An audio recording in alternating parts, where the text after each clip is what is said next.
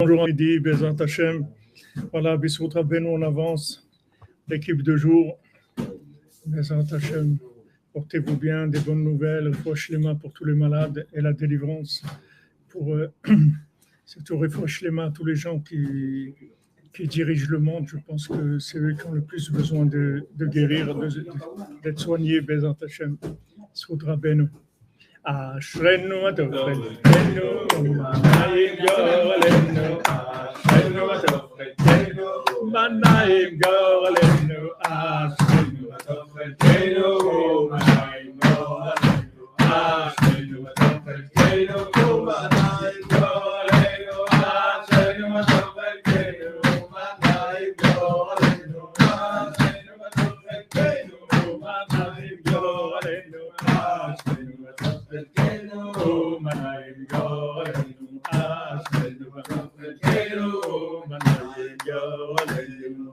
Alors, Bezat Hashem fait le cours pour refouach lema de tous les malades, malades physiques, malades mentaux. Et parmi eux, pour Rav Besançon, Israël Yitzhak, Ben Fortuné, Dvorah Miriam Bat Corinne Ayala, Mordechai Ben Fortuné, Esther Bat Chassiba, Yochanan Nachman Ben Rachel,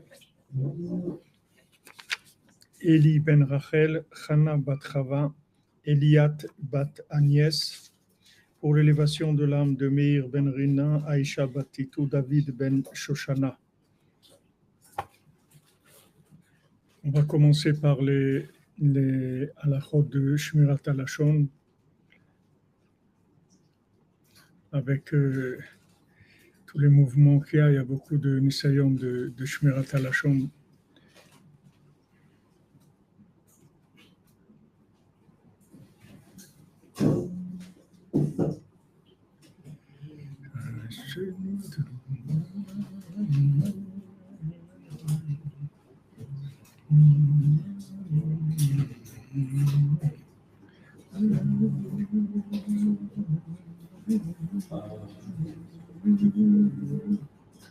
Alors, on est notre cher ami Benjamin Ayulier. Si quelqu'un nous soupçonne à tort de lui avoir causé un dommage et que nous sommes en mesure de le livrer le nom du vrai responsable, il nous est interdit de le faire. On pourra uniquement invoquer notre propre innocence. C'est tout. C'est fort, hein? On a le droit de dire qu'on sait qui c'est. À quoi ça va servir? À quoi ça va servir?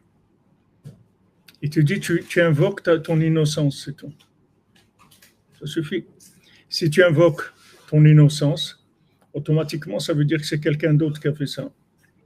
Aussi, si un organe de décision dont nous faisons partie a opté pour l'application de sanctions contre un individu, il nous sera interdit de déclarer que nous faisions partie de la minorité qui s'y est opposée. D'accord? Voilà.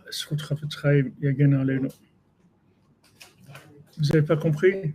On répète. On n'a pas le droit de dire pour qui on a voté. Parce que sinon, c'est pas les trois juges. Toi, tu dis, moi, je n'ai pas fait ça. Et lui, il sait que c'est deux autres. Ouais, mais si on a pas le droit de dire pour qui on a voté. Tu n'as pas le droit de dire pour qui tu as voté, alors. Ah oui. Non, c'est pas. Ici, on parle de sanctions contre un individu. C'est par exemple, tu fais partie d'une synagogue, d'une communauté. Maintenant, ils ont décidé de renvoyer le rabbin, par exemple. Alors toi, tu dis, moi en tout cas, j'ai voté, quand ils ont voulu renvoyer le rabbin, moi j'étais pas d'accord, j'ai voté contre. Tu n'as pas le droit de dire ça. C'est interdit. Personne, je dis pas que c'est lui ou c'est lui qu'on dit ça. Ça reste flou, on ne peut pas dire. C'est pas parce que je dis ça qu'on va savoir qui est-ce qui a dit oui. Non, c'est-à-dire, il va enquêter. Toi, tu n'as pas le droit de dire que tu faisais partie des gens qui s'opposaient à cette décision qui a été faite contre cet individu-là. C'est logique, parce que si tout le monde a le droit de le dire, il va savoir qui c'est qui l'a dit. Ça va créer de la haine, parce que lui, si tout le monde a le droit de le dire, tout le monde va lui dire, et lui, il va dire, bah, c'est eux qui m'ont viré. Oui, d'accord. Bon, ça, c'est une des...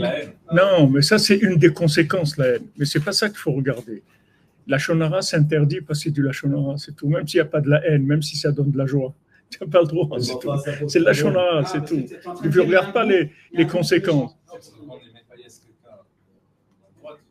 Si quelqu'un a un problème, il ça, il me dit qu'il a le droit de parler à quelqu'un d'autre quand il a un problème, c'est être soulagé. C'est autre chose, ça n'a rien à voir, ça. Il te dit ici, voilà, il y a une communauté qui a pris une décision contre un individu. Tu n'as pas le droit de dire, moi, j'étais contre, c'est tout ça. Pas le droit de dire ça. Peu importe maintenant les conséquences, qu'elles soient bien ou pas bien. Le Lashon Hara, c'est comme toutes les avérotes les plus graves de la Torah. Si ce n'est pas pour la raison qu'il a dit Shimon, j'ai du mal à comprendre parce que. Et Binyamin, il n'y a pas de raison dans la halakha. La halakha, c'est la halakha. Il n'y a pas de raison. La raison, c'est un film. C'est un film de la halakha. Mais le film, il peut changer. Il n'y a pas de raison dans la halakha. Quand on te dit de faire quelque chose, il n'y a pas de raison. Tu fais des halakhot de Shabbat, il n'y a aucune raison. Tu peux déplacer dans ta chambre une armoire qui pèse 2 tonnes et tu ne peux pas sortir une aiguille à l'extérieur. Il n'y a pas de raison. Il n'y a pas de logique dans la halakha. Il n'y a aucune halakha qui est logique. Et c'est écrit que même quand la halakha elle est logique, c'est pas logique, même quand tu crois que c'est logique. D'ailleurs, il y a des halakhot qui sont plus d'actualité et qu'on fait. Pourquoi? Parce que la halakha, c'est plus que la réalité. Tu comprends? Tu vas faire des halakhot qui servent à rien. Par exemple, il y a 2 jours de Yom Tov, ça sert à rien le deuxième jour. On sait très bien que c'est pas Yom Tov. C'est pas comme avant. Avant, il y avait des doutes parce que ça arrivait d'Eretz Israël, le Kiddush HaChodesh, le temps que ça arrive et tout. On ne savait pas, il y avait un jour de décalage. Mais aujourd'hui, on sait exactement que le deuxième jour de Yom Tov, c'est pas Yom Tov du tout. C'est sûr 100%, pas 90%. Pourtant, c'est Yom Tov dans tous les détails. Tu peux pas faire une seule melacha qui est interdite. C'est pas Yom Tov dans la réalité et ça reste Yom Tov dans la halacha. Tu comprends? Et si quelqu'un transgresse le deuxième jour, c'est comme s'il transgresse le premier jour. C'est la même chose. C'est Yom Tov, s'il habite en Chutz La'aretz, c'est Yom Tov Gamour, complètement. Il n'y a pas de mitziout dans la halakha. On peut déduire des halachot. Des poskim, des halachot. Tu déduis des halachot à l'intérieur d'un système de raisonnement. Mais la halakha elle-même, c'est-à-dire l'application elle-même, il faut que tu saches que c'est un principe de base dans la halakha, que la halakha n'a rien à voir avec la réalité. Que même quand la réalité change, la halakha, elle reste. Même la réalité peut disparaître et la halakha, elle reste quand même. Ça, c'est un principe de base, parce que c'est basé surtout sur de la émouna. C'est pas basé. C'est-à-dire le fait qu'on a dit de faire un deuxième jour de Yom Tov, c'est pas parce qu'on ne sait pas, etc. Parce que c'est le contraire. Pourquoi on ne sait pas et tout? Parce que c'est une façon dont on a amené qu'on voulait que les gens de Chutz La'aretz ils fassent le deuxième jour de Yom Tov. Et d'ailleurs, le Baal HaTanya, il a dit que s'il avait la force, il aurait imposé en Eretz Israël le deuxième jour de Yom Tov. Parce que c'est tellement haut, justement, comme dans la réalité, ça a disparu. Comme la raison a disparu, ça veut dire que c'est beaucoup plus haut que le premier jour encore. C'est-à-dire on en a besoin vraiment. Amen, amen. Shlema, Bezat Hashem pour tous les malades.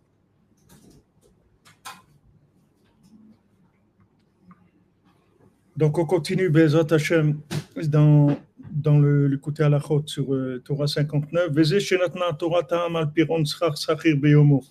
Maintenant, c'est la raison pour laquelle la Torah elle a donné une raison au fait qu'on doit payer l'employé dans le jour même, dans la période même où il a travaillé. S'il a travaillé le jour, on doit payer en fin de journée. S'il a travaillé la nuit, on doit payer à la fin de la nuit. Si tu peux enlever le masque, s'il te plaît. Parce qu'en fait, il est pauvre. Et la Torah elle dit il est pauvre. Vers lui, il porte son âme, c'est-à-dire qu'il attend de lui la vitalité de son âme, c'est-à-dire ce salaire-là qu'il va lui donner, en fait, c'est la vitalité de son âme. Chez Misham, Lamad Rabbeinu Zal, Shamamon Shoresh Hanefesh Kanal, que de là-bas, Rabbeinu, il appuie cette notion-là que l'argent, c'est la racine de l'énergie de l'âme. Parce que comme l'argent, c'est la racine de l'âme, qui est le contraire de la colère, donc il faut le payer le jour même.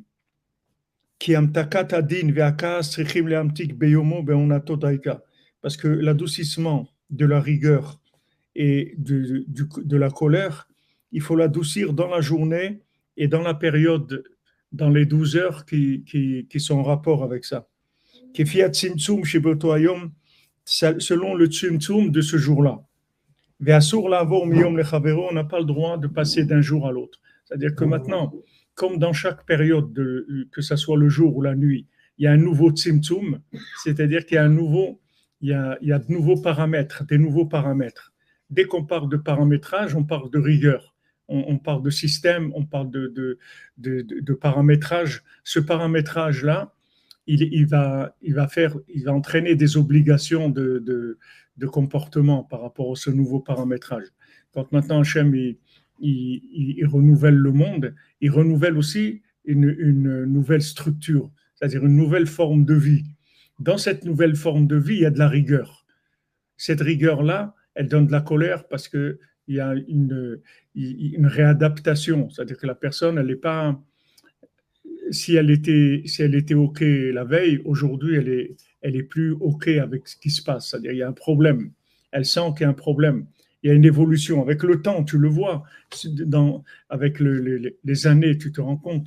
Tu vois, par exemple, des gens qui sont largués de l'informatique. Et il y a des gens qui sont largués de l'informatique, du téléphone. Ils peuvent pas utiliser ça. C'est des choses nouvelles. Les gens ne sont pas adaptés. Ça y est. C'est-à-dire ils vont avoir des difficultés, ils ont besoin de quelqu'un qui les aide pour leur compte bancaire, pour tout, parce qu'il n'y a plus rien, il n'y a plus de possibilité de gérer quoi que ce soit si quelqu'un n'a pas un téléphone. Donc il doit passer par quelqu'un d'autre, ça lui crée de la colère. C'est-à-dire qu'il y a une réadaptation journalière. Alors quand c'est des grandes choses comme ça, tu te rends compte, mais il y a des petites choses qui se passent tous les jours. C'est-à-dire quand tu vas à l'épicerie, quand tu parles avec ton conjoint, quand tu parles avec tes enfants, ce qu'ils apprennent à l'école, le professeur, le gouvernement, les trucs. Il y a des choses qui changent tous les jours. Donc tous les jours, il faut un adoucissement de la rigueur. La rigueur, c'est quoi? C'est les nouvelles règles qu'il y a. Il y a des nouvelles règles adaptées. Il y a un nouveau tzimtzum tous les jours. Jour et nuit. Hein? C'est pas solaire, c'est lunaire le problème. Puisque c'est des mi-jours. Oui, c'est des applications, des applications par rapport au Tzimtzum d'Hachem. Maintenant, ce Tzimtzum, ça ne veut pas dire qu'il est plus fort, c'est pas plus révélé ou moins révélé, c'est juste un autre angle qui permet toujours de se rapprocher d'Hachem de façon plus évoluée, mieux. Seulement, il y a une adaptation sur la façon, c'est-à-dire sur le comment. Le comment, il bouge tout le temps. Il est jamais figé. Donc ça amène de la rigueur parce que c'est une nouvelle. Comme il sort une nouvelle loi que tu n'as pas le droit de dépasser 90 à l'heure sur le truc, c'est un tzimtzum, c'est-à-dire que tu peux plus rouler à 140 à l'heure, c'est 90 maintenant, c'est tout. Ça amène de la colère parce que quand on parle de tzimtzum, on parle automatiquement de besoin de réadaptation. Et la réadaptation, ça peut entraîner de la colère. Donc, il faut fournir à la personne tout de suite l'énergie qui va lui donner la force d'affronter ce nouveau tzimtzum, de se mettre à jour. Tu lui donnes les moyens de se mettre à jour. Maintenant, s'il ne se met pas à jour, c'est la racine de la pauvreté. Il va s'appauvrir. Tu vois que la personne, quand elle sort du système, elle devient inadaptée au système, automatiquement, elle devient pauvre.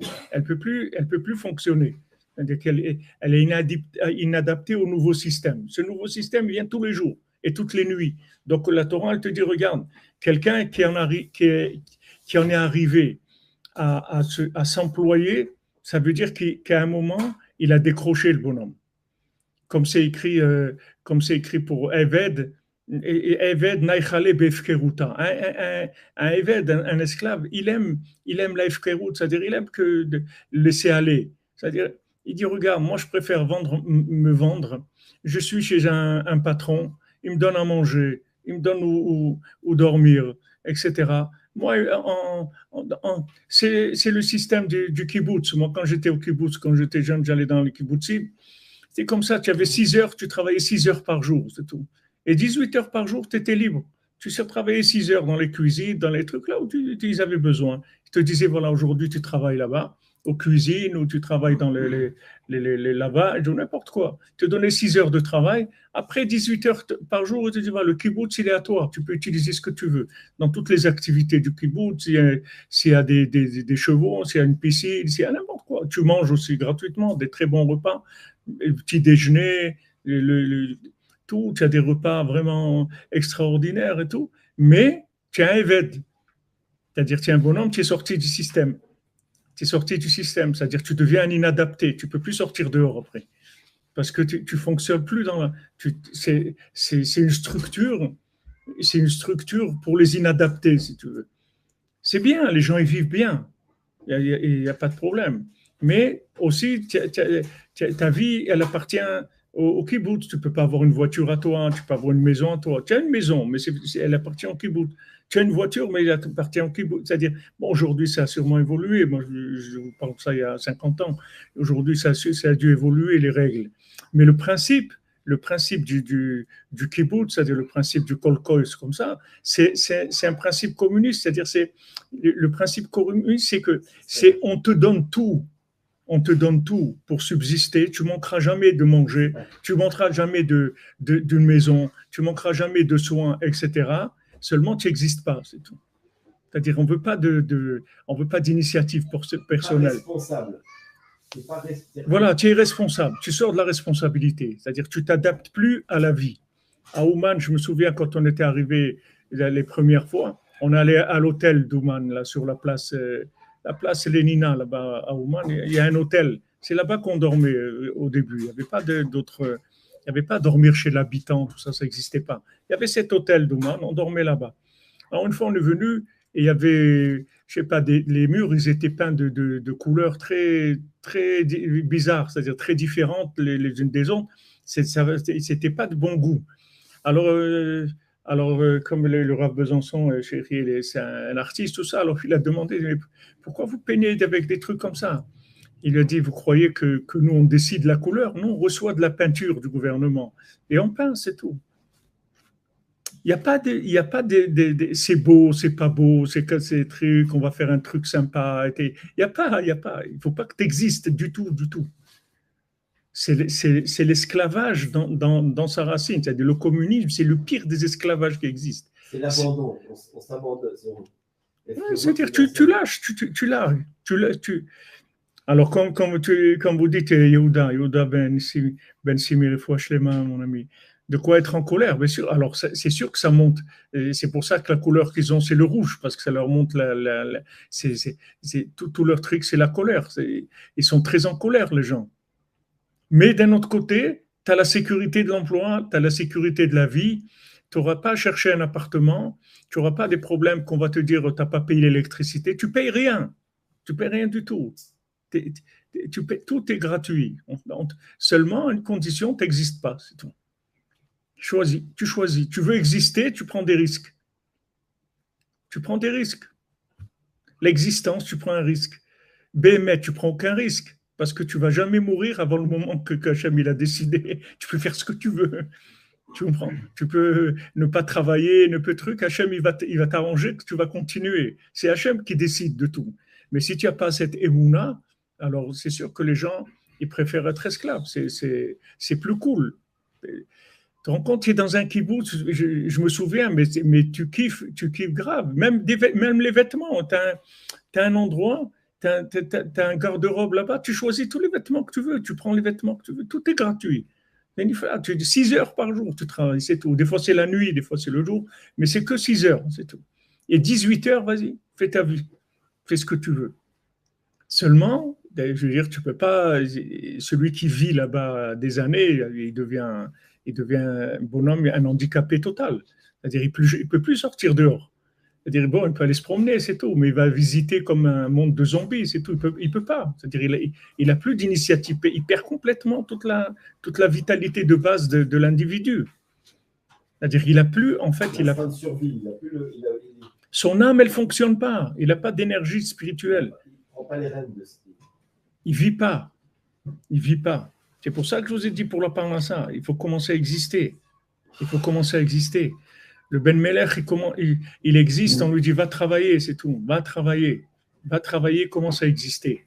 Comment ça se prend en main? Comment ça se prend en main? Voilà, Jean-Luc, merci pour la citation qui peut me donner en échange du pain dans cet endroit désert. Je me mets à ton service, je me vends comme serviteur, comme esclave contre du pain. Voilà. Il faut l'Yovel, Bezrat Hashem. Mais tous les 7 ans, on peut sortir.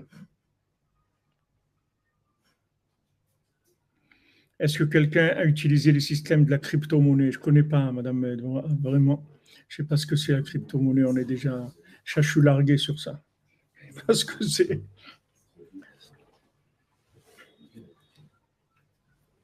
Donc ça c'est la base de la Emouna. C'est la base de la Emouna.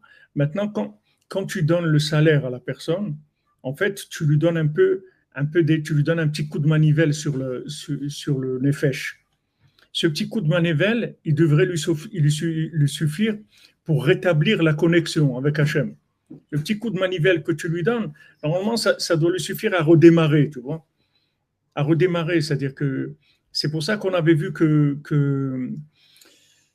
le prêt, on avait vu que le prêt, c'est plus grand que le don, en fait. Toi, tu crois que le don, c'est quand quelqu'un il te dit qu'est-ce que tu préfères, je te donne 10 000 euros ou je te prête 10 000 euros? Je veux dire, je préfère que tu me donnes 10 000 euros. Mais c'est pas vrai, le prêt, c'est mieux.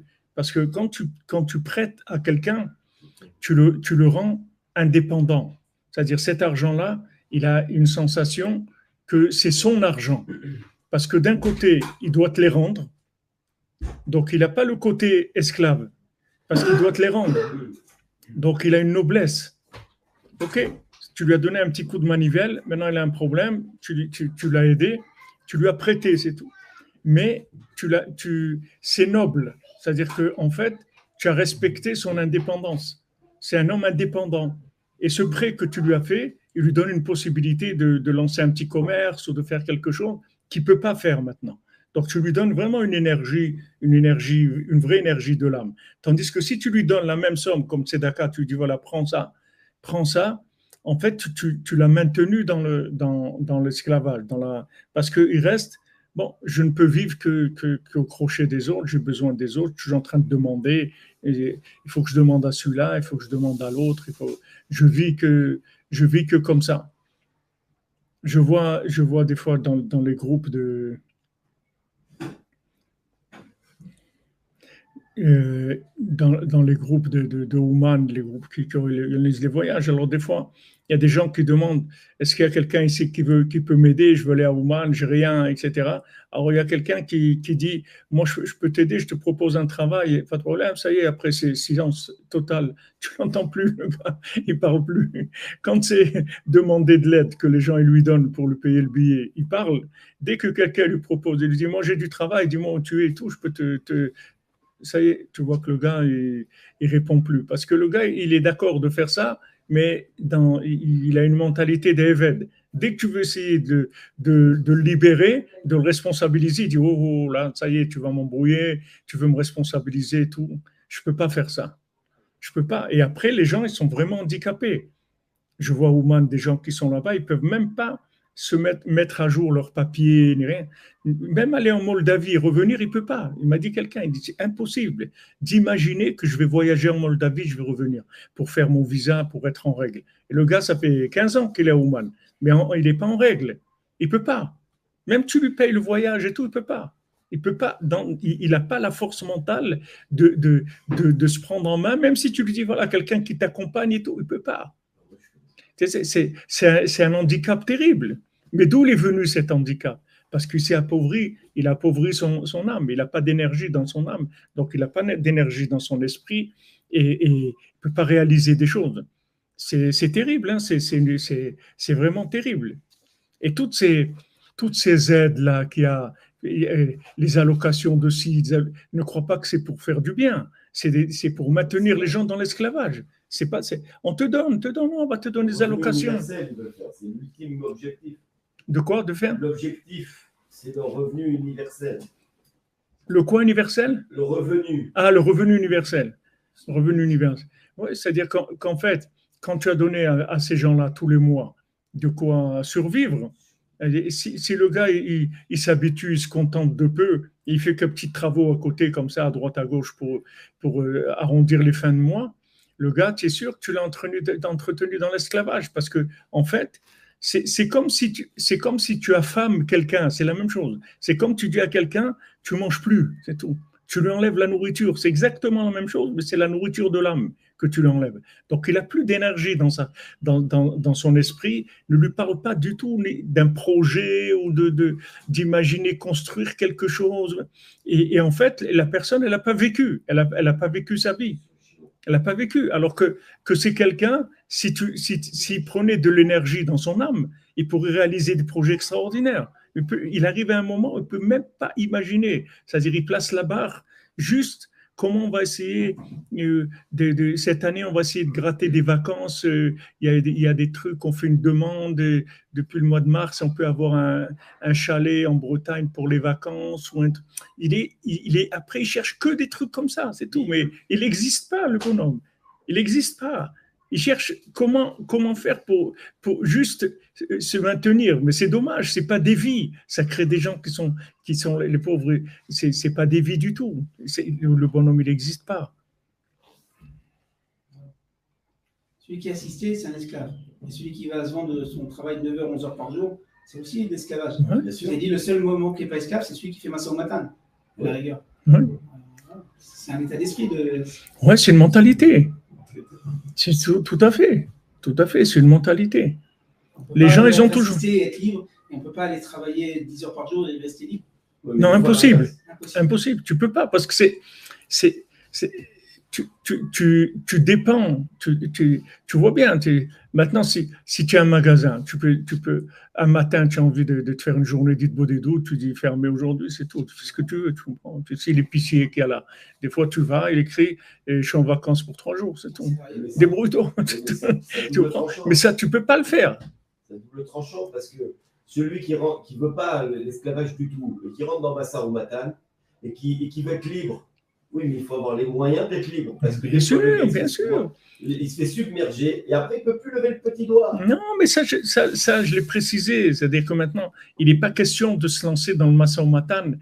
Tu ne te lances pas dans le Massa ou Matane. Tu vois que je l'ai dit hier, tu vois que le fils du roi, on lui dit, tu vas aller te vendre comme berger, tu vas aller garder les vaches.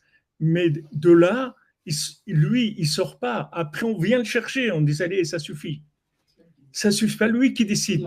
C'est-à-dire, une fois que dans ta tête, tu es mûr, qu'est-ce que ça veut dire tu es mûr? Tu as assez d'émouna pour rétablir la connexion avec Hachem et devenir indépendant. Pourquoi? Parce que tu as créé la dépendance par rapport au Créateur et tu sais que le Créateur, il t'aime et que le Créateur, il va t'assister dans toute chose que tu vas faire. Tu comprends? Tout ce que tu vas faire, Hachem, il va te le donner. Mais ça, ce n'est pas des paroles. Il faut que tu aies ce degré-là de Mouna. Une fois, quand je travaillais dans l'imprimerie, j'avais un imprimeur ici avec qui je travaillais. Il m'a raconté une histoire. Il m'a dit hier, il y a quelqu'un qui est venu me voir, un chassid ici. Il lui a dit j'ai besoin de 10 000 $, je dois fiancer ma fille ou un truc, il faut que je mette 10 000 $ sur la table et je ne les ai pas. Est-ce que tu pourras me les prêter et tout? Alors il a dit, il n'y a pas de problème, je peux te les prêter. Il lui a dit, mais pas maintenant. Je vais aller prier, je vais aller après Arvit et tout. Si je ne les ai pas, alors je viendrai te voir. Et il est passé après Arvit, il dit, bon, Hachem, je les ai eus. Tu comprends? C'est-à-dire, c'est pas des gens qui, c'est-à-dire, il n'a pas fermé, qu'il a dit, c'est sûr qu'il faut que j'emprunte. Il a dit, si j'arrive vraiment 1 heure avant les fiançailles et j'ai pas l'argent, alors je viendrai emprunter.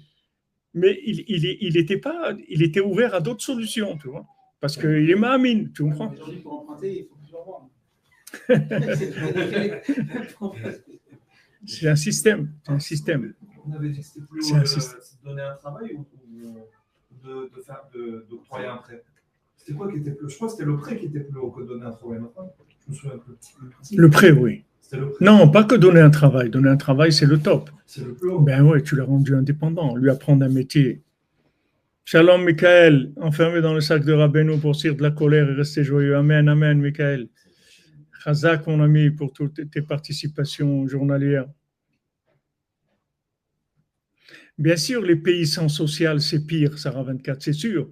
C'est-à-dire que c'est sûr que les gens qui ne sont pas aptes, c'est pire. Mais créer des systèmes sociaux, non. C'est-à-dire que normalement, il faut que les gens, il faut analyser les gens. Il y a des gens qui sont faits pour vivre d'être entretenus par le social, et il y a des gens que c'est interdit pour eux. Parce qu'ils peuvent grandir. C'est comme si vous prenez un petit enfant, il continue à marcher avec un truc déambulant, là, un truc pour marcher. Non, ça y est, il peut marcher, lâche ça, ça y est, vas-y, va-t'en. C'est ce qui lui arrive d'ailleurs au Ben Meller. Il y a un moment, ses parents le jettent dehors. Il lui dit, on peut plus. Hein? Le Rigueur aussi. Le Rigueur a resté sa propre initiative. Il s'est lancé. Regarde, sans des jambes, il s'est lancé. Il est arrivé. Il est arrivé à quelque chose d'extraordinaire. Il est arrivé plus que tous ses frères. Il est arrivé à quelque chose de nifla, le Rigueur. On voit le Rigueur, c'est encore plus. C'est un gars qui a pas de jambes, mais il en a marre. Mais il tient debout, par contre. Donc là, Tient debout. Il n'a pas un pied, il tient debout, c'est tout. Mais il ne peut pas se déplacer. C'est-à-dire qu'il a besoin d'un secrétaire et il a besoin d'un chauffeur. Et sinon, il ne peut pas. Et là, il s'est pris au sérieux. C'est-à-dire, il croyait que ça y est, que c'était un vrai patron. Il leur dit non, c'est moi le patron, on dort ici. Ils ont dit mais regarde, c'est pas bien. C'est pas bien de rouler la nuit et tout, c'est dangereux. Non, c'est moi qui décide, c'est moi le patron ici. Alors qu'il était fragile, il n'avait pas de jambes. Il vivait sur leurs jambes à eux. Il a eu l'ivresse des profondeurs, l'ivresse des cimes, des hauteurs. Et ça l'a saoulé qu'il avait de l'argent, maintenant il a commencé un business, tout ça. Il a dit c'est moi qui décide, mais il n'a pas de pied. Il aurait dû les écouter. Et là, il ne les a pas écoutés. Il s'est fait tout voler, il s'est retrouvé. Mais à Falpiken, il était mitrazek. Après, il a trouvé le diamant.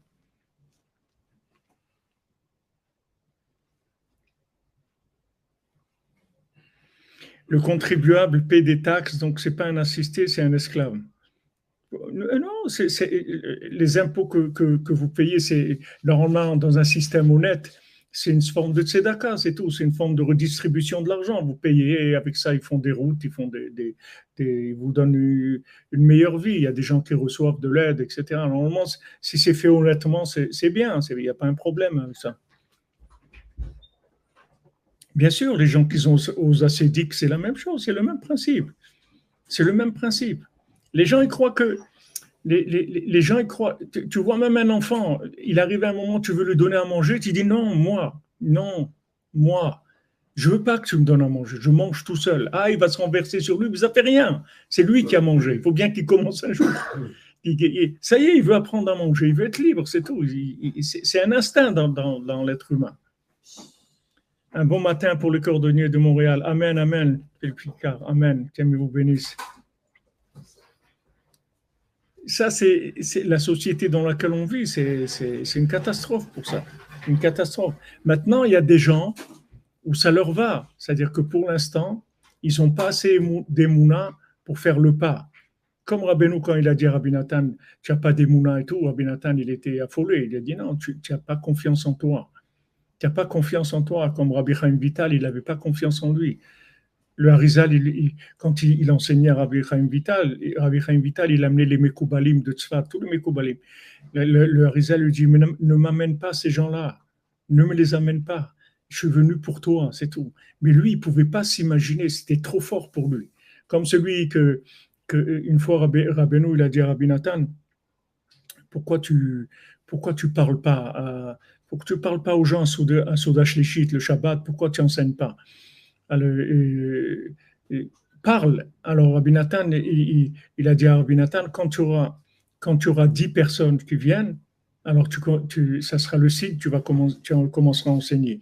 Maintenant, celui qui a complété le 10e, c'était un Ben Adam très pachout, un homme très simple. Maintenant, il est tombé sur ce papier-là où Rabbi Nathan, il avait écrit ça, que quand tu auras 10, je commencerai à parler à Soda Shlichit. Maintenant, quand il a vu que lui, c'était celui qui est arrivé à compléter le minyan pour que Rabbi Nathan y parle, il s'est éloigné, il est parti, il s'est sauvé, ça lui a fait peur. Il n'a pas supporté. Cette responsabilité-là, il n'a pas supporté. Lui, il voulait être un gars qui rase les murs. On ne l'a pas vu. Bon, il est là parce que c'est mieux comme ça. C'est-à-dire, le gars, il est.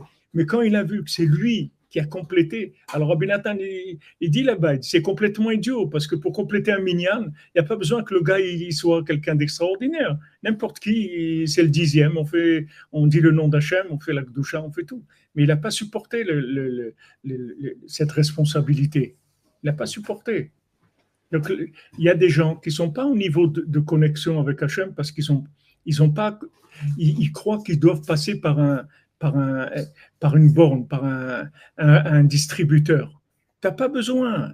T'as pas besoin. Le seul distributeur que tu as besoin, c'est le tzaddik. Mais ce n'est pas un distributeur. Le tzaddik, c'est un homme, il est inclus dans Hachem. Il est là que pour t'aider, il te sert de connexion. Mais quand tu es avec lui, il ne fait aucune ombre à Hachem. Tu peux rentrer chez Hachem directement parce que lui, il est inclus dans Hachem. Mais autrement, pourquoi tu as besoin d'intermédiaire? Pourquoi tu as besoin d'intermédiaire pour ça, pour ça, pour ça? C'est le degré d'émouvement de la personne. Il faut commencer à développer. Mais ici, Rabbi Nathan, il te dit que la paye que tu donnes à la personne, en fait, tu lui donnes la possibilité de goûter à cette liberté-là, de goûter à cette énergie de l'âme. Voilà, je peux acheter maintenant. Voilà, maintenant j'ai un salaire, je peux acheter ce que je veux. Je vais à l'épicerie, je vais acheter des trucs et tout. Cette liberté-là, tu lui donnes avec cet argent que tu lui donnes au moment où tu lui donnes. Mais maintenant, si lui, il démarre, il prend ça, ça lui donne de la émouna, il démarre avec ça, il se lance, quelque temps après, il va être libre. Quelque temps après, il va être libre. Comme Rabbi Nathan, il dit à celui qui a un magasin, il a commencé à vouloir étudier toute la journée, il avait un éveil, il a dit, voilà, je vais étudier toute la journée. Rabbi Nathan, il lui a dit, maintenant, tu as envie d'étudier et tout, tu as du feu. Ce feu, il va partir. Après, tu n'auras ni le magasin, ni l'étude. Tu n'auras rien du tout sur quoi t'accrocher. Tu n'auras pas de vitalité. Il dit, ne fais pas comme ça. Reste dans le magasin. Dès que tu as un moment, tu étudies. Tu ne perds pas une minute. Dès que tu as un moment dans ton magasin, tu mets des livres. Dès qu'il n'y a pas de clients, tu étudies. Et tu verras qu'avec ça, tu vas arriver. Pourquoi? Parce qu'il a payé sa émouna. Tu comprends? Il ne s'est pas lancé sur un coup de tête. Il a payé son rapprochement avec Hachem. Doucement, doucement. Il a utilisé son temps pour étudier. Il a montré à Hachem que ce qu'il veut, c'est étudier. La preuve, c'est que dès que j'ai 5 minutes, j'étudie. Hachem, il a libéré. Il a dit, ça, c'est quelqu'un de vrai. Donc, ça y est, je vais le libérer. Et quelques temps après, ça a pris 1 an. Ça y est, c'est pas pris très longtemps. Il était libéré de son magasin. C'est une évolution. C'est-à-dire, la personne, elle peut évoluer ou elle peut rester là où elle est. C'est son choix. Mais tous les gens, ils peuvent évoluer. Il n'y a personne qui est condamné à être dans l'esclavage. Ça n'existe pas. Ça n'existe pas. Si tu accomplis une fois shlema pour Idan Ben Nourit, Bezrat Hashem.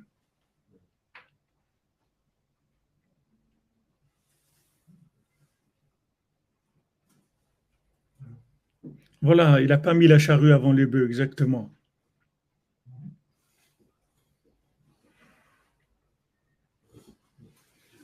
Voilà, exactement, Alchimia. Le tzaddik qui te conduit sur ton chemin par le sien, pas le sien. Parce que le tzaddik aussi, le tzaddik qui est sur ton âme, c'est le seul qui n'a pas besoin de toi. Donc, il veut vraiment te rendre comme tu es, parce qu'il n'a aucun intérêt. Tandis que n'importe quel autre, s'il y a le moindre intérêt, ça y est, c'est fini, c'est de la corruption. Il va te rendre un esclave, c'est tout. Il va te rendre un esclave. C'est un système comme un autre, c'est tout. C'est un système comme un autre, ça y est, tu vas devenir esclave. Tu veux exister, tu payes, mon ami, c'est tout. Tu fais partie du club, tu payes. Combien de fois on a parlé on a dit, voilà, pour financer les structures, ce que ça coûte et tout, au moins faire payer les cours, au moins 1 euro. Même si les gens ils payent 1 euro par mois, par jour pour le cours. 1 euro, c'est rien pour coûter un cours. Je dis pas, on ne peut pas faire ça. Si on rentre là-dedans, ça veut dire que ça y est. On a tout faussé. Tout le système, il devient faux. Tu ne peux pas. Toi, tu dois faire du gratuit. Maintenant, celui qui a envie de donner, il donne. Et c'est tout. Mais nous, on ne peut pas rentrer. C'est interdit. de prendre l'argent pour étudier, pour enseigner la Torah. C'est assourd. Même dans les écoles et tout, c'est interdit. On paye la personne juste pour le temps qu'elle n'a pas pu travailler, mais on ne le paye pas pour enseigner la Torah. On n'a pas le droit de vendre ça. Mais le tzaddik, c'est le seul qui peut te libérer, parce qu'il ne dépend pas de toi du tout, rien. Donc il te libère, il te montre mon chemin.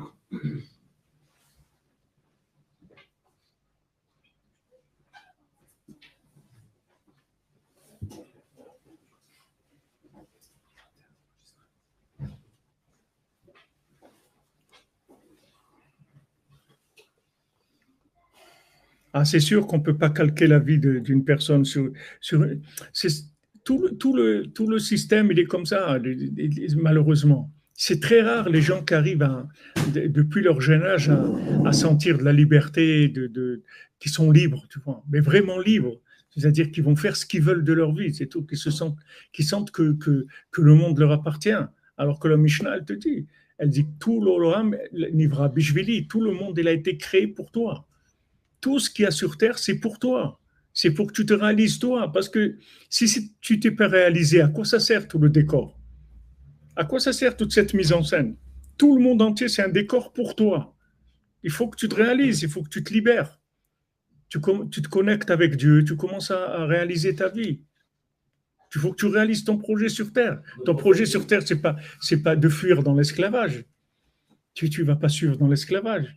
Alors, d'un côté, il t'aide, il te donne des allocations. D'un côté, il te lance dans un surendettement énorme. C'est-à-dire, il te fabrique des voitures qu'il faut que tu changes tous les 2 ans, des frigidaires qu'il faut que tu changes tous les 3 ans, une machine à laver qui font tous les trucs, des vêtements qui s'abîment, des chaussures qui ne tiennent pas. Et voilà, c'est-à-dire, il te crée un système où tu es obligé de dépenser tout le temps. Tu dépenses tout le temps. Donc, tu as toujours peur de manquer et tout, parce que tu sais que tu vas avoir ça à payer, il y a toujours des dépenses, etc. D'un autre côté, il t'assiste un petit peu, comme ça, avec ça, ils te maintiennent, tu ne bouges plus. Mais c'est lui qui part. Mais il faut avoir la émouna, tu ne peux pas faire semblant de partir. Tu ne peux pas aller sur la route si tu n'as pas la émouna. Donc, là où tu es, le signe, il est simple, tu le vois, tu vois du Ben Meller, c'est que tu acceptes l'esclavage, même si tu te mets surtout pas en colère, parce que tu sais que c'est les classes que tu dois placer. C'est comme passer comme les bleus là. Tu arrives à l'armée, on te donne les tâches les plus basses. Ça ne veut pas dire que tu vas pas devenir général. Tu peux devenir général de l'armée, mais pour l'instant, tu es là. Tu vas faire ces tâches là. Avec ça, tu vas t'habituer aux vêtements, aux horaires, aux trucs, à tout le système de l'armée, comment ça fonctionne, etc. Et petit à petit, après, tu vas sortir, tu vas commencer à monter de grade. Mais d'abord, tu acceptes la situation de dépendance, d'esclavage, et tu reçois ton salaire.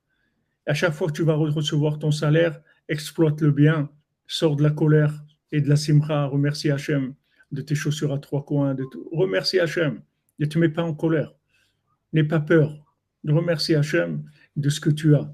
Et dès que tu vas être mûr pour te brancher, tu n'as plus besoin de partage de connexion, tu as ta propre ligne, on vient te chercher. Tu ne peux pas prendre l'initiative de ça. Ce que je veux vous dire, c'est que tu ne peux pas prendre l'initiative de ça parce que tu ne sais pas qui tu es. Tu peux croire qu'il y a de la émouna et c'est de la émouna de cinéma. C'est-à-dire, quand tu vas te trouver devant une épreuve, tu ne vas pas tenir parce que tu as une émouna en carton. Tu croyais que c'est de la émouna, ce n'est pas de la émouna. Tu n'as pas la émouna. Tu crois que tu as la émouna, mais ne te lance jamais là-dedans de par toi-même. Ne lance-la jamais parce qu'il n'y a rien de pire qu'un patron qui est Béhémet, c'est un ouvrier.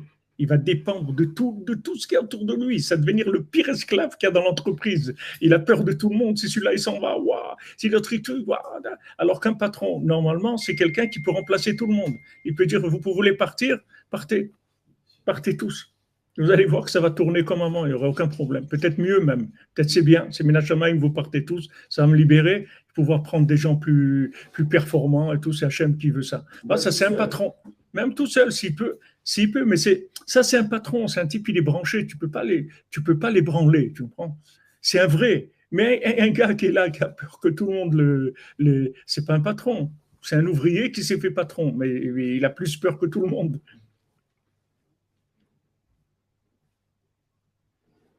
Si je résume, il y a deux facettes. Il y a d'un côté le fait qu'il ne faut pas rentrer dans la Hefkirut, il ne faut pas rentrer dans l'abandon, dans le fait de lâcher les rênes de sa vie et donc devenir vraiment un esclave mamage, comme l'exemple du gars qui a passé 50 ans de sa vie dans le kolkhoz.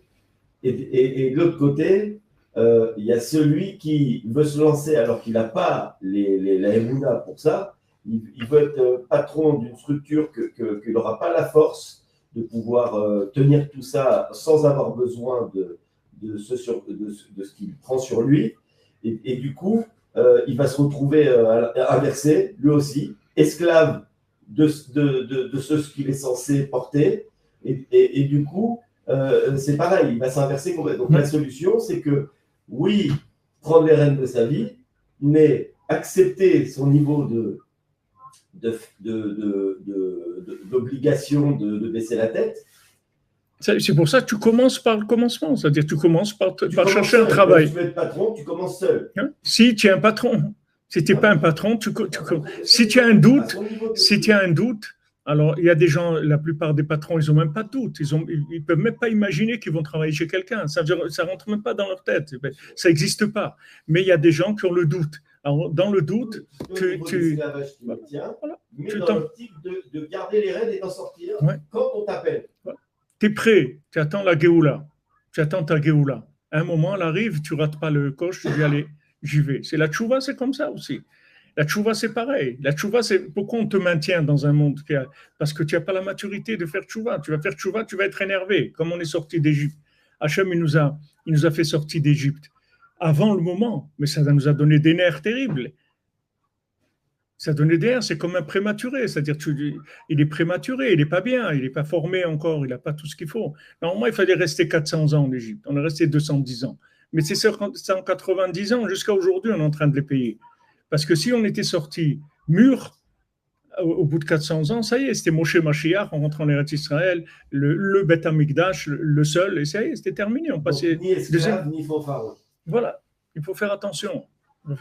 Mais au point de vue responsabilité, c'est-à-dire de savoir que ce que tu donnes à quelqu'un, son salaire, en fait, tu l'as aidé à sortir de la colère, de la frustration. Il a travaillé, il a reçu son salaire, ça lui donne un peu d'énergie, un peu de force.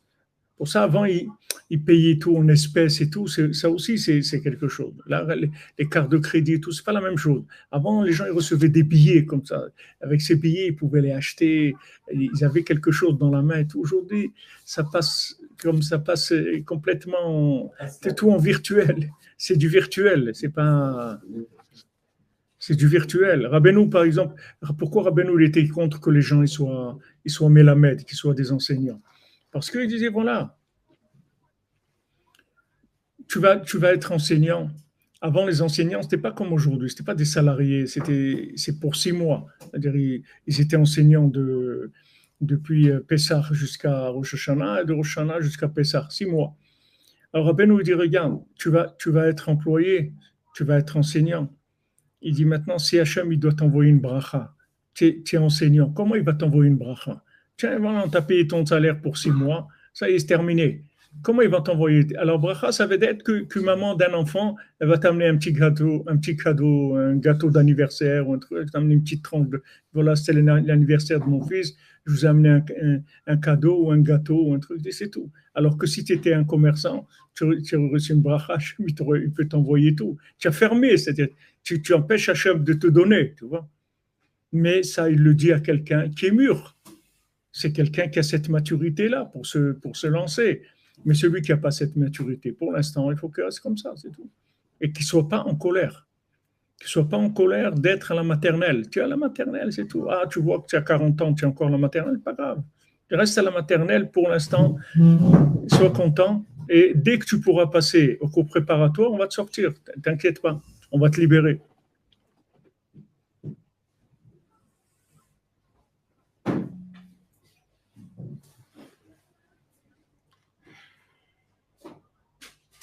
Mûr ou framboise? Oh là là, Kazakh.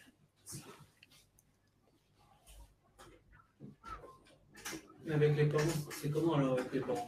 Hein? Avec les parents, comment c'est? Parce que Mais bah, tiens, tu fais l'echlecha, c'est tout. Non, c'est sûr ça.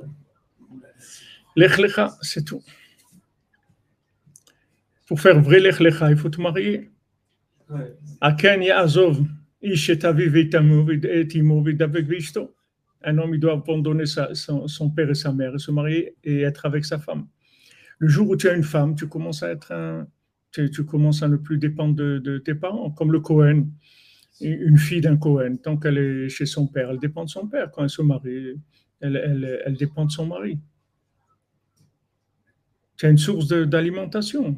C'est-à-dire que le besoin, comme on dit, il a besoin de sortir de la coquille familiale ou de l'influence de sa maman. Il y a des gens que leur maman, elle les suit toute leur vie, elle ne les lâche jamais. Même ils ont 50 ans, elle est toujours derrière eux.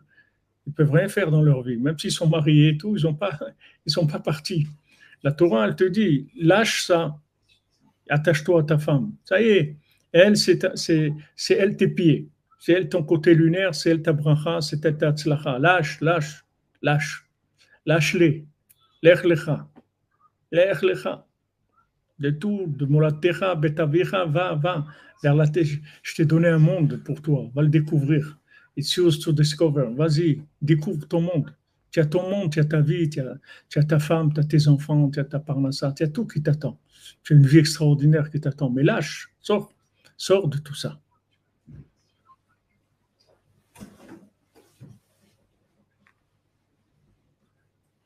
Oui, on apprend. Qu'est-ce qu'on apprend? Ce qu'on fait ici, c'est de l'éducation.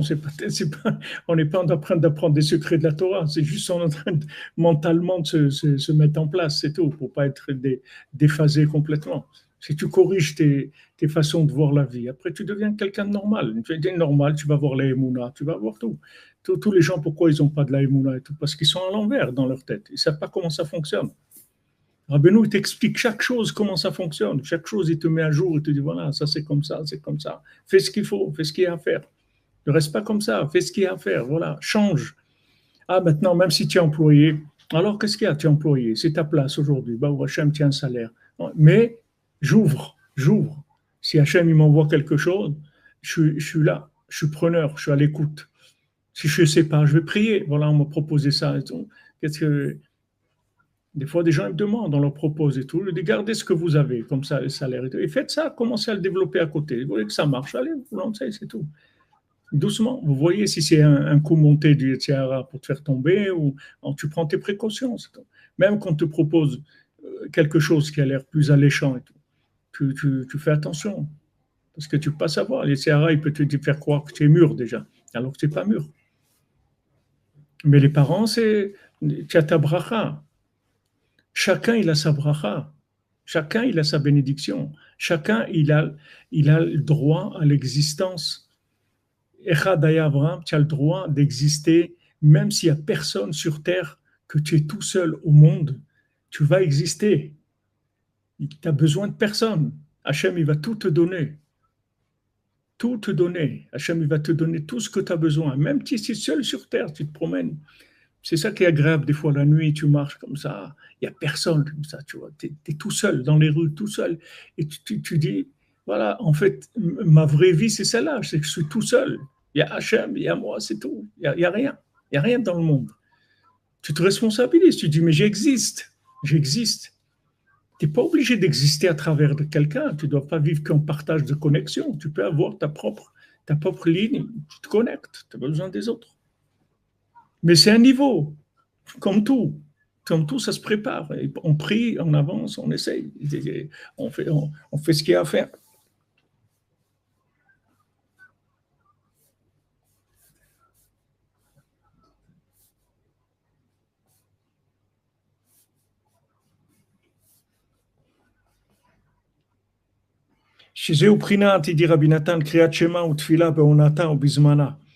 C'est pour ça que il y a le Kriyat Shema et la Tfila, on attend dans leur temps, au moment où il faut, c'est-à-dire dans le jour et la nuit, et dans l'heure qu'il faut aussi. Daika, précisément, Baboker ou Baerev, le matin, le soir. Sheaz mitrachim anefashot, les âmes elles se renouvellent. Vaz nitrachim kol maase bereshit.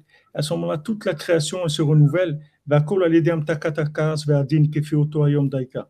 Tout grâce à l'adoucissement de la colère et de la rigueur, ce sont selon le jour lui-même. Vous voyez, Rabbeinu, quand il est arrivé, il a vu que le monde religieux, il allait chavirer, il allait dérailler, commencer à dérailler. C'est pourquoi Rabbeinu, il a dit, je suis moi le rabbi. Il n'a pas laissé un rabbi. Rabbi Nathan, il pouvait être rabbi autant que Rabbeinu, peut-être même plus que Rabbeinu, en tant que rabbi avec un pouvoir. Mais Rabbeinu, il a dit, à partir de moi, on arrête, c'est tout, je vais être la seule référente. Et tu vois aujourd'hui que Breslev, dans la halakha, dans le Kriyat Shema, dans les choses, dans le fonctionnement halachique, tu vois que c'est pratiquement les seuls qui ont gardé la halakha de façon d'origine, comme le Shulchan Aruch d'origine. On se lève à Chatzot, on prie Vatikin, on fait ça comme ça. Mais il y a beaucoup de choses qui ont déraillé. Déraillé. Il y a beaucoup de gens, ils prient à 11h, ils prient à midi. Tous ces tikkunim-là, tu les perds quand tu sors du temps. Ça y est, c'est fini. Tu ne peux pas réparer la chose.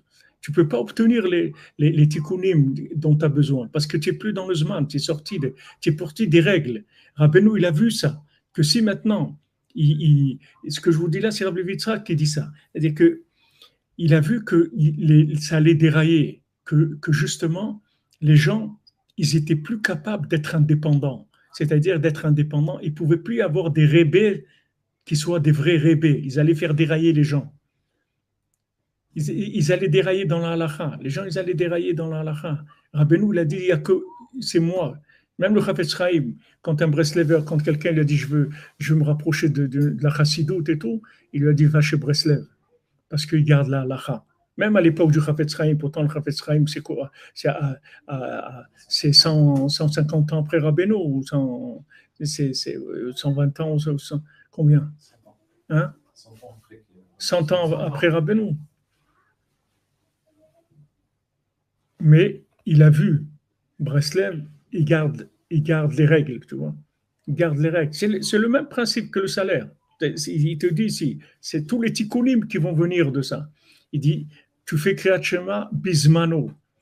Et nous, à Breslev, on garde Kriyat Shema du Magen Avraham, le premier Zman Kriyat Shema. C'est là où on prie. On s'arrange de faire le schéma si tu n'as pas pu prier honnête, c'est ça. Rabbi Yitzhak qui dit, il y a des gens, par exemple, les slichot, ils font les slichot et après ils font la prière des heures après. Mais il dit Rabbi Yitzhak que tout le inyan des slichot, c'est pour faire Vatikin. C'est pour ça qu'on a instauré les slichot. Pour qu'après les slichot, tu pries honnête. Tout le inyan des slichot, c'est pour faire monter la tfila du net. C'est ça les slichot. Mais si tu fais slichot à un moment et tu fais 4 heures après la prière, tu n'as pas eu l'effet qui était attendu des slichot. Tu ne sais pas comment ça marche. Les gens ils croient les slichot, c'est les slichot. Mais les slichot, c'est une préparation pour Vatikin. On veut te donner une prière honnête, ce qui est une super prière boostée. Donc, qu'est-ce que tu dis? Fais des slichot et tu vas te préparer pour le net. C'est comme quelqu'un, il s'entraîne et tout, mais le match, c'est dans 2 ans, tu me prends. Mais maintenant, il s'est entraîné et tout, mais ça ne servit à rien. Il faut que tu t'entraînes. Et le jour avant le match, il vient et dit non, il y a 2 ans, je me suis entraîné déjà. Mais tu ne peux pas maintenant. C'est le match, il est maintenant. Je lui dis dans une semaine. Qu'est-ce que tu t'es entraîné il y a 2 ans? C'est rien du tout. C'est des choses qui sont. Tu ne peux pas savoir comment ça fonctionne. Donc, Rabbeinu, quand il a vu que les gens, ils allaient dérailler dans la halakha, il a dit voilà, après moi, il n'y a rien. On reste là. On en reste là. Et tout le monde est resté branché sur ça. Et c'est pour ça que ça donne cet effet-là aujourd'hui. C'est-à-dire que tu vois qu'à Breslev, c'est connu qu'on garde la halakha. Zman Kriyat Shema, il n'y a personne qui déraille. Tu ne vas pas voir une choule Breslev qui prie à 11h du matin. Ça n'existe pas. Ça n'existe pas une synagogue Breslev qui fait la prière à 11h du matin. Ça n'existe pas, c'est tout. C'est pas dans. Alors qu'à l'époque du Baal Shem Tov, que c'était encore. C'était toute la halakha, elle était, ça n'existait pas. Rabbi Yitzhak dit à Medzibus, ça n'existait pas une synagogue qui ne priait pas au net. Après le net, ils fermaient les synagogues, les chamachim. C'était fermé les synagogues, ça y est, on a fini la prière, on ferme. Mais ça n'existait pas que des gens aient prié après le net. Ça n'existait pas. Aujourd'hui, bon, les gens, si c'est les khatrila dans l'Akha, il faut prier honnête, c'est ce qu'il dit Rabbi Yosef Karo. Mais si quelqu'un ne peut pas, ok, tiens, sauf ce banquet de Shema, le premier du Magen Avraham. Toutes ces règles-là, parce que Rabbeinu, il a vu que les gens, ils allaient dérailler avec leur façon de voir les choses. C'est très dangereux. C'est-à-dire que, parce qu'on ne sait pas comment ça marche. Il y a des choses qui s'introduisent parce que les gens ils sont pas capables. Les gens ils sont pas capables d'avoir de la manigoutte, de diriger. Alors après, ils déraillent dans plein de choses. Il y a plein de choses où les gens ils ont déraillé. Que ce soit les tenues vestimentaires, que ce soit les écoles, que ce soit par exemple les vacances dans le système religieux général. Ils ont instauré les vacances. Ici, par exemple, il n'y a pas de vacances. Ça n'existe pas des vacances pour les enfants. Ils ne sont jamais en vacances, les enfants. Un enfant, il n'a pas besoin de vacances. C'est une folie des adultes. C'est une folie de vieux. Un enfant, il n'a pas besoin de ça. Un enfant, il peut étudier tout le temps, tout le temps. Il a ses récréations, ses trucs, etc. C'est normal. Mais il n'a pas besoin d'un mois de vacances. Moi, je me souviens, on avait 2 mois de vacances. Le 30 juin, c'était les vacances, et juillet, août, tu avais les vacances, après tu commençais en septembre. Je ne sais pas aujourd'hui si c'est encore comme ça, mais 2 mois. C'est-à-dire après, on arrivait comme des gens qui n'ont jamais été à l'école. On était complètement out. Ça veut dire un jeune comme ça, 2 mois, il n'a pas d'école, il est dans tu le rends fou complètement. Après, il doit recommencer tout, à s'habiller comme ça, à prendre le cartable, à s'asseoir en classe et tout. C'est impossible, c'est très très dur. Ici, ça n'existe pas. Tout ça, c'est des trucs qui sont rentrés dans les systèmes. Ben Azmanim. Qu'est-ce que c'est Ben Azmanim? Qu'est-ce que c'est Ben Azmanim? Il y a des Zmanim. Qu'est-ce que c'est Ben Azmanim? Entre le temps, entre les gouttes. Il n'y a pas d'entre le temps. Il y a le temps, il est là, c'est toujours le même. Il n'y a pas que Ben Azmanim. Tout ça, je vous donne des exemples de délire. Je ne rentre pas dans des choses qui sont plus délicates, parce qu'il y en a, vous savez très bien, tous les délires qu'il y a, d'où ils viennent. C'est de ça. C'est que les gens, aujourd'hui, ils sont incapables de gérer la halakha. Il n'y a que Rabbeinu qui gère la halakha. Personne ne peut gérer la halakha. Tous les gens qui vont gérer la halakha en dehors de Rabbeinu, ils vont dérailler automatiquement. Ils vont faire des découvertes. Ah, on va faire ça, un truc, c'est plus important ça, ou on va faire ce ridouche ou cette chose. Ils vont trouver des choses qui vont dévier. Maintenant, quand tu dévies de la halakha, tu dévies de la connexion, tu dévies de la vitalité. À la fac, vous dites en octobre carrément, ouais, la fac, c'est Hachem Ishmor, c'est vraiment.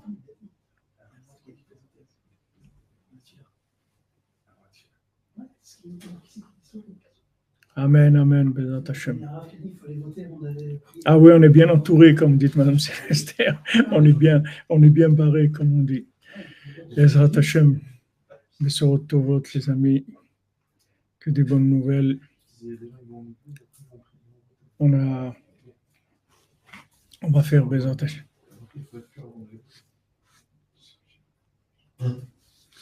On va faire le.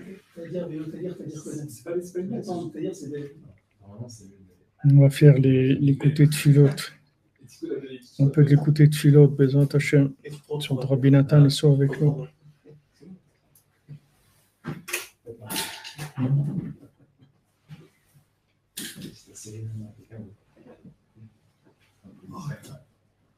Chez le bulletin, c'est bon. Il ne faut pas manger dans les hôtels. Il y a quelque chose de ça dans ce truc. Non, j'ai des copains. Ils ont dit, moi je vais au mikvé. Habita aneni Adonai Elohai, aira enai penishan lamavet, lo amut ki echie vasaper maaseya. Yasor yisareniya de lamavet lo netanani. Ribono shel olam, maître du monde, Baal harachamim, celui qui est maître de la miséricorde. Baal hachemla v'achanina, celui qui a pitié et qui pardonne. Mechaye metim v'rachmim rabim, qui ressuscite les morts dans sa grande miséricorde. Somer noflim v'rofecholim matir asurim, qui donne un appui à ceux qui tombent, qui soigne les malades et qui délivre les gens emprisonnés. Omekayem emunato le shene afar, qui maintient sa confiance dans ceux qui résident dans la poussière. Achem alay leman shmecha, pitié de nous pour l'honneur de ton nom.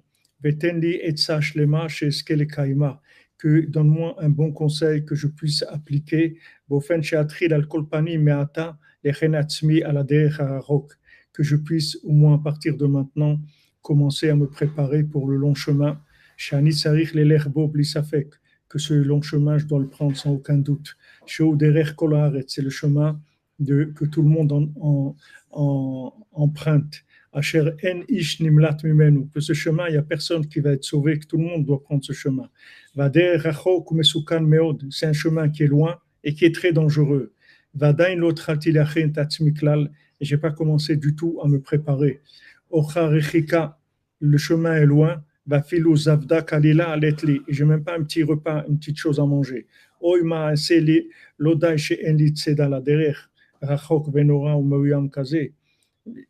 Non seulement j'ai pas de quoi manger sur un chemin tellement dangereux et loin, en plus je suis très endetté sur ce chemin. Des chemins grands et des dettes très grandes, énormes. Anoxim Atsim Sham. Là-bas, les créanciers ils demandent. Ils sont là à chaque moment. Ils veulent obtenir de moi que je rembourse. Et sur tout ce que j'ai fait, je vais avoir besoin là-bas de donner des comptes. Sur chaque instant, sur chaque moment. Sur toute chose grande ou petite. Sur chaque pensée, parole ou action. Qu'est-ce que je vais faire? Qui est-ce qui va m'aider? Qui est-ce qui va se tenir devant moi pour m'aider?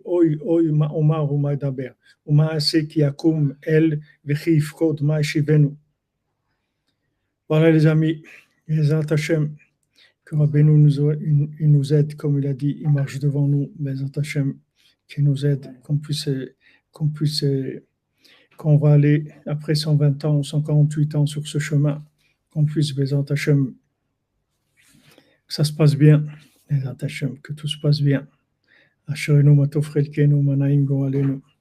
Asherenu matov chelkenu manayim goralenu. Asherenu matov chelkenu manayim goralenu. Asherenu matov chelkenu manayim goralenu. Asherenu matov chelkenu manayim goralenu. Asherenu matov chelkenu manayim goralenu. Asherenu matov chelkenu manayim goralenu. Asherenu matov chelkenu manayim goralenu. Asherenu matov chelkenu manayim goralenu. Asherenu matov chelkenu manayim goralenu. Asherenu matov chelkenu manayim goralenu. Asherenu matov chelkenu manayim goralenu.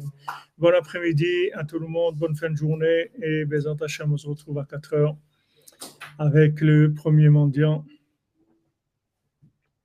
Alors merci à monsieur l'intervenant du cours, il est toujours pertinent. Bon là il est parti, je lui transmettrai. Il s'appelle Binyamin. Ah, il parlait de toi. Tiens, on a un intervenant qui voudrait intervenir. Bezat Hashem. Voilà, bon après-midi à tous. Bezat Hashem. Portez-vous bien. C'est un intervenant en devenir. Hein? Un intervenant en devenir. Voilà, en devenir. Il va devenir intervenant. Il va devenir intervenant.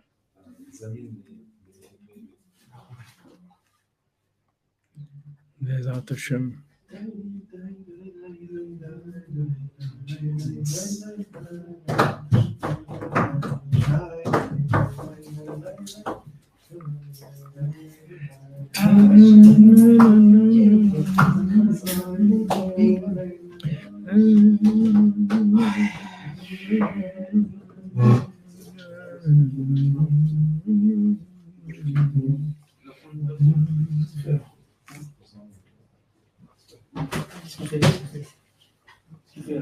Ça fait quoi? On va voter bien.